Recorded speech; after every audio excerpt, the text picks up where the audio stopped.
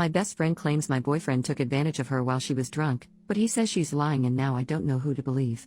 So I, 31F, have been best friends with Lily, 32F, since 2010. We were college roommates and then after we graduated we still lived together, up until I moved in with my boyfriend Nate, 34M, in 2019. One thing about Lily is that she's always had a drinking problem for as long as I've known her, and she's done stuff while drunk that has sometimes caused problems in our friendship. She tries to stay sober, but every few years something will happen to make her start drinking again, which is what happened earlier this summer. So last Saturday Lily called me because she was drunk somewhere and needed a ride home. I couldn't go pick her up because I had the flu and I was on cold medicine, so Nate went to get her instead.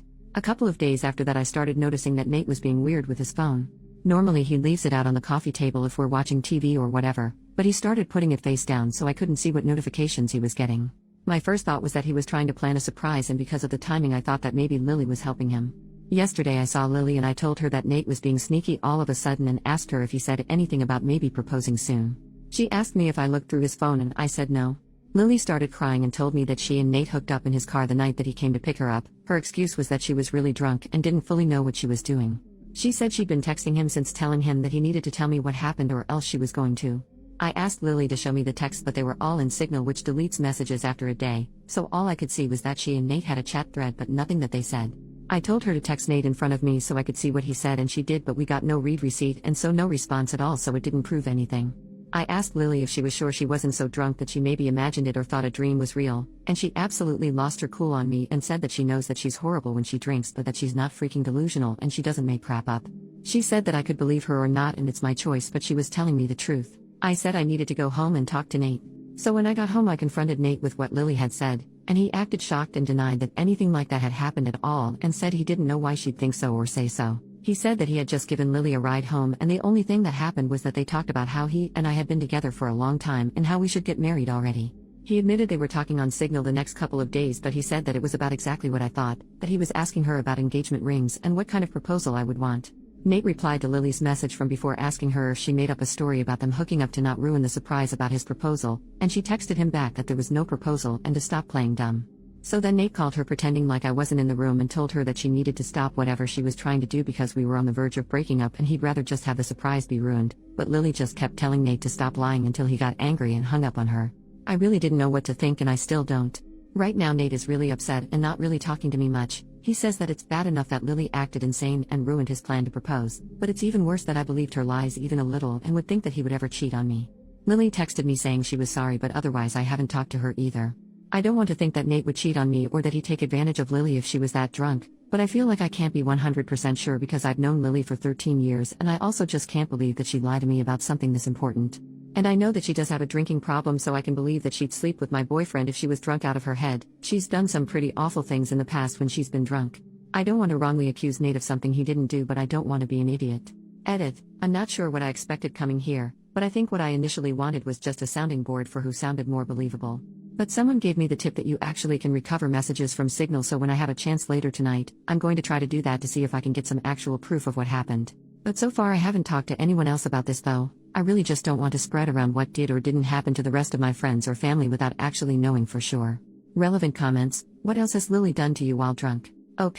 So in the past when she's been drunk, Lily's blacked out and started fights with me or other people. She'll say really out of line insulting things. She's kicked people out of our apartment because she didn't remember inviting them in. She's accused me of stealing clothes from her because I was wearing an outfit that looked like something that she also owned. That kind of thing. She's never hooked up with anyone that I was dating, but she's definitely hooked up with guys that she knew I was interested in. Commenter number 2. Who has the greater motivation to lie here, Nate or Lily? Lily did have a big problem with Nate when we first got together, and she was really upset when I moved out of our apartment to move in with him. I could see her still being angry about it or still not liking him but just not saying anything. From what Nate said, they weren't making the plans on Saturday, but Lily brought up that it's been 7 years and asked why we're not married yet, and then the day after he asked her about rings. Commenter number 3. What is her reason for not liking him? So at the time she was in one of her longest stretches of being sober, and she said that I was abandoning her for some guy when she needed my support the most. And then when I moved out, she tried to make it out like she wouldn't be able to stay sober without me living with her, and Nate basically had to step in and point out that she couldn't stay sober anyway, so to stop guilting me. Commenter then said, it's possible she blames you for her current drinking, and Nate saying he wants to propose triggered her anger for some reason. OP, everything you say here makes sense to me. Lily has said stuff like this in the past, not specifically about Nate, but sometimes when she starts drinking again, she acts like it's unfair that I'm not getting dragged down with her or doing more to help her, and I think on some level she might still think it's his fault that I moved out and don't keep as close an eye on her as I did back when we lived together. I don't know if she'd really go as far as to lie about something like this just for that reason. I really hope she wouldn't, but I could completely believe that she feels like this. Update, 2 days later. So on Thursday night, after I got everyone's advice, I told Nate that I had found out a way to recover deleted messages from Signal. He immediately took out his phone and opened the app and asked me to show him how to do it, so I already thought that must mean he was telling me the truth because he didn't panic or hesitate at all.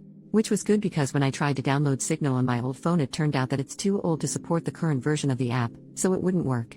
Nate then asked me if we were going to have to go out and buy a new phone for me to believe that he was telling me the truth, and he said that he was willing to do it if that's what it would take. I told Nate it wasn't that I didn't believe him, I just wanted to have some proof because I just couldn't understand why Lily would lie about it.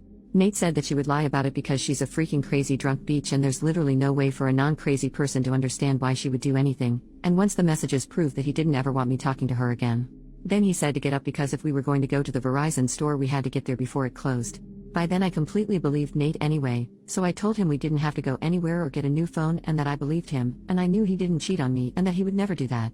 Nate said that he would hope I know that and that he didn't understand why I didn't take his word for it in the first place.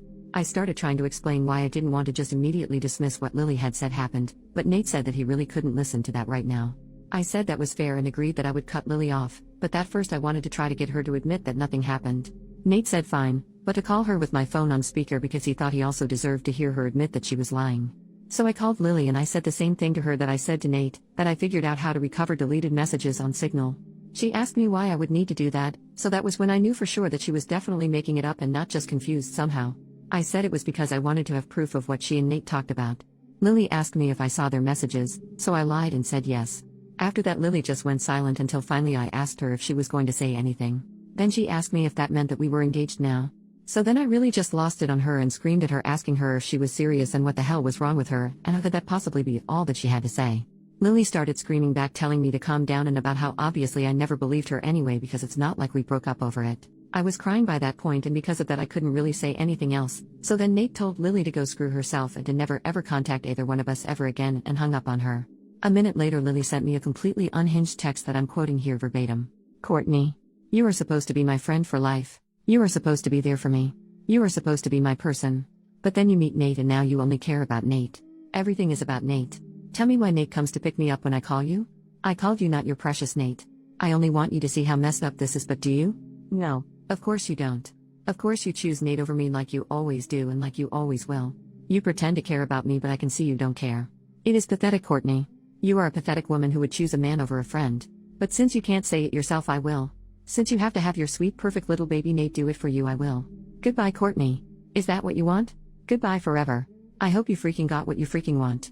There were the 3 dots after that showing she was still typing more, but I blocked her before she sent it. I don't care about anything else that she has to say. I'm sure it's all just going to be more bull crap about why this is my fault or justifications about why what she did wasn't that bad and I should forgive her. I know Nate is probably right and there's no non-crazy logic behind why Lily would stoop to doing something like this, but obviously I've still been thinking about it and my best guess is that whoever said that Lily still blames me and Nate, apparently mostly Nate, for her being a drunk mess who can't get her life together is right. It seems like she somehow thought that if she said she hooked up with Nate, I'd break up with him but still want to be friends with her, and then everything would magically be fixed. As far as stuff with Nate, I asked him if he thought he could ever forgive me for doubting him and he said that since I came to my senses, and I cut Lily off, he guesses we can try to put it behind us. I don't think he's still going to propose anytime soon. After this I probably wouldn't if I was him.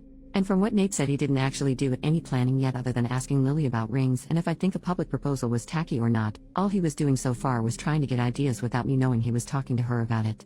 So just based on that I think probably it's not going to happen for a while if it still does at all. Also thanks to everyone for the advice and support. I know I didn't respond to many comments but I really did appreciate everyone who cared enough to want to help.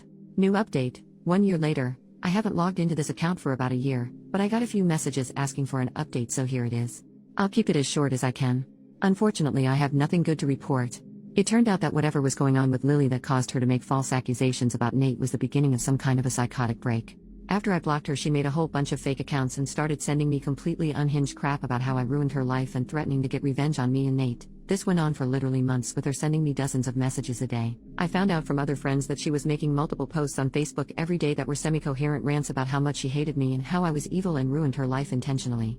I tried to talk to the police 2 different times to get a restraining order because I was afraid that Lily was going to show up at our apartment and attack me or Nate. I literally even got a front door camera because I was so scared that she was going to hurt us. The police said that because Lily wasn't threatening actual violence, she was just a nuisance and they couldn't do anything. They acted like I was an idiot because it isn't illegal to talk crap on Facebook, and they basically told me to just keep blocking her whenever she made a new account and eventually she'd get bored and move on. Then finally there was an incident where someone broke the windshield of Nate's car while he was parked at his work. I guess it could have just been a random act of vandalism because this wasn't the only car that got windows broken, but at the time I was 100% sure it was Lily, so I went to the police again. Eventually an officer went to talk to Lily, and she said she didn't touch Nate's car, and again I have no proof that she did. But after the police talked to her, Lily got put into a psych ward for a week because apparently her apartment was filthy and she was drunk out of her mind 24/7 and a danger to herself. I have not heard anything from Lily after she left the psych ward. I don't know if she was diagnosed with something or if she's medicated now or what. I found out that she moved in with her dad, who thank God lives in a different state. I look at her social media every so often to make sure she's not posting about me again and that she's nowhere around me. I haven't mentioned Nate much in this update, and that's because we're no longer together. He broke up with me after the windshield incident because he couldn't handle being constantly harassed by Lily, and to be honest I don't think he ever forgave me for not taking his side immediately when everything started. It really hurt, but I can't blame him. I tried to talk to him about fixing things between us after Lily was gone, but he just wasn't interested. And so that's that. Sorry it wasn't a super positive update, but life goes on, I guess.